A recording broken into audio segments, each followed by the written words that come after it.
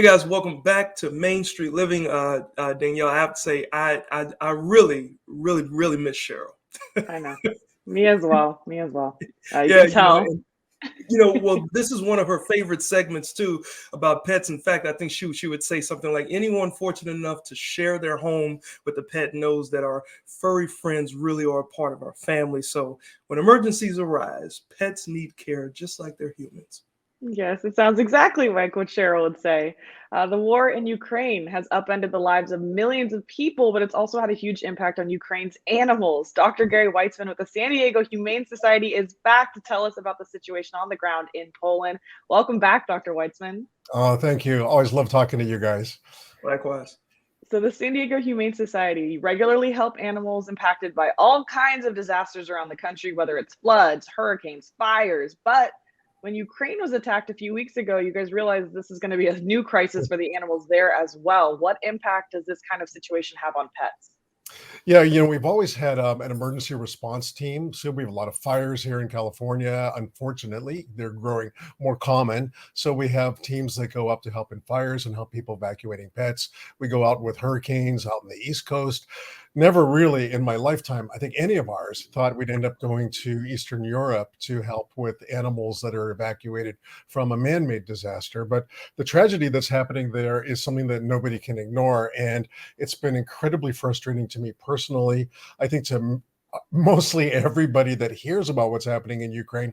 And I just feel really lucky that I got a chance to go out to see what was going on and to help where I could and to plan for bringing more of my team over. The situation is so volatile, as you must know, and the real crisis is humanitarian. And right now, I think the good thing about the humanitarian issues that we deal with across the globe are they do include animals. So humane and humanitarian are not so different. These animals mean so much to these people. They've literally lost everything. They have a suitcase in their hands and often a pet in the other arm. And Mm. we just wanted to make sure that they didn't lose their animals on top of everything else they've lost. Yeah, it's definitely a heartbreaking thing to watch because it's all over the news. But Gary, you just returned from Poland, where you worked with other charities to provide veterinarian care for pets and support those that are impacted by the war. What was the situation that you found over there that you can elaborate on?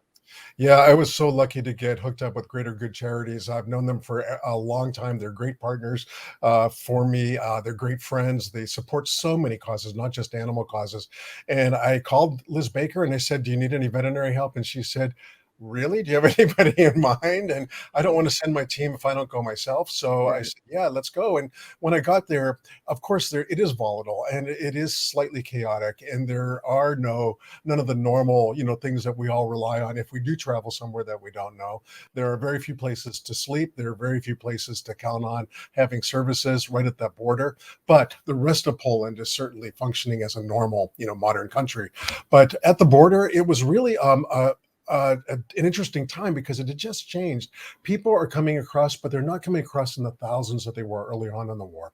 Most of those people from Western Ukraine have already come across, but there are people in the nearest city, which was Lviv, about 50 miles from where we were, and they're coming across by the hundreds still, 24 hours, 7 days a week, and often with them as an animal. So the really cool thing, if you can ever look for something like that, is that our veterinary tent was literally 3 tents in from the border. So it's changed so much since the days of Katrina when people had to leave their animals and go to a big stadium and the animals weren't part of your family. Now people across the globe carry their animals with them and bring them across the border. That was uplifting for me. The tragedy is unavoidable when you're there. It's just absolutely horrible, obviously. But people are stoic, and these mostly women coming across with their children were absolute heroes, all of the above. They're amazing people, and they have everything with them in their arms. And the kids are doing okay. There's clowns from Lithuania trying to cheer kids up. There's people that are playing bagpipes and trying to cheer the whole group up that's at the border. It was good to see. It really Yeah. was.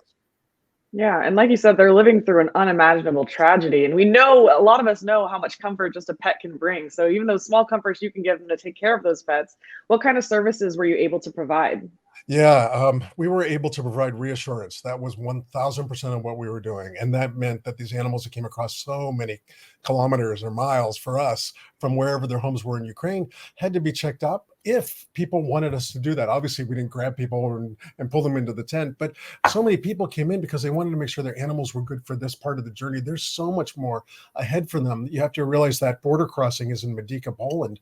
And from there, they have to take buses or other vehicles some way or walk to a train station that's overcrowded and then go get dispersed throughout Poland and the rest of Europe. So they had a long journey ahead of them on top of what they were already doing. But the animals mostly were in really good shape. Honestly, that was so good to see. People cared for their animals just like we do, of course. There were Yorkies and parkas and cats and nice carriers with blankets. Weather was awful, sleet, rain, frozen ice, wind, everything, snow. So we did a lot of drying animals, warming them up, giving people care packages, giving them food and supplies. There were people holding bird cages with birds in them. And there was one little girl that had a pet snail. I didn't see it, but I heard about the pet snail. She's had that snail for 2 years and she wasn't going to give that snail up. And we're not Wow. just talking about little snail. This was a big, big snail. Oh, So wow. it was very cool. Wow. I mean, these were honestly to lose their pets. Now, Mhm. here's the tragic part. Pets were lost and they're on the other side of the border because there's a limitation to the number of pets people can bring, only two per person, and some people have way more than that.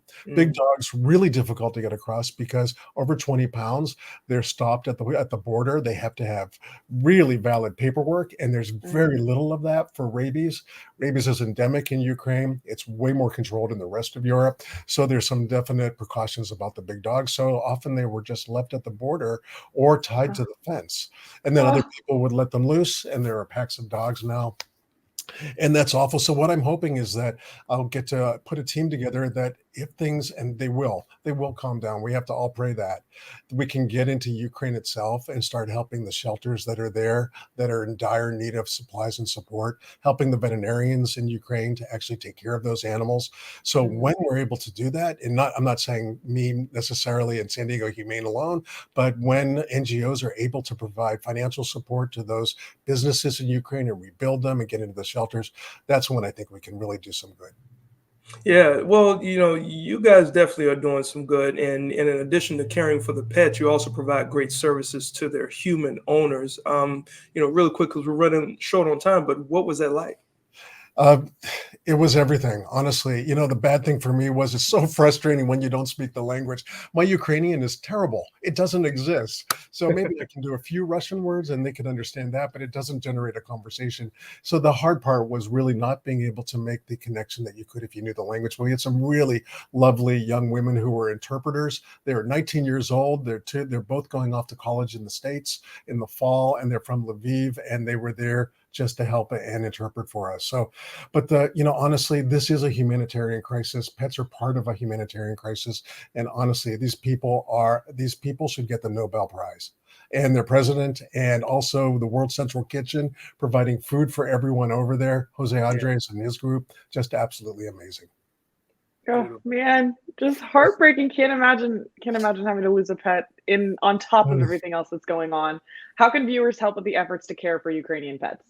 I think right now for the pets, the International Fund for Animal Welfare is doing exactly what they say. They are tireless heroes. They are absolutely amazing. And also Greater Good Charities, who's providing a lot of support on the ground with people to help out, plus financial support and supplies. And Greater Good Charities is really awesome. And then World Central Kitchen, because they're feeding the world. Mm. Nice, Thank you nice. so much, Dr. Weitzman, as always, and so appreciate you coming on today. So good to talk to you guys. Take care. All right, Take care of likewise. your pets. Yeah. Oh man, there's so many facets to this we don't even consider. So it's great to have Dr. Weitzman on, of course. Up next, we are going to take you out to the garden, some tasty tips and tricks, lessons in the garden next.